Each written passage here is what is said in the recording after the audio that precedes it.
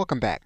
You will have available to you an element of Microsoft Outlook that will allow you to receive emails in the email address that you have set up.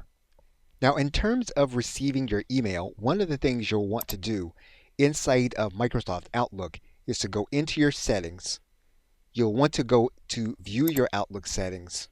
You'll want to be mindful of the amount of storage that Microsoft will be giving you in order to manage your email. And you can go into your storage area. You can then determine how much storage you are using. You can manage or empty out your email box if that is something that you do not regularly do. You will also want to pay attention to your message handling so that you automatically delete any unwanted emails on a regular basis. Okay, so with that, thanks, and I will see you in another video.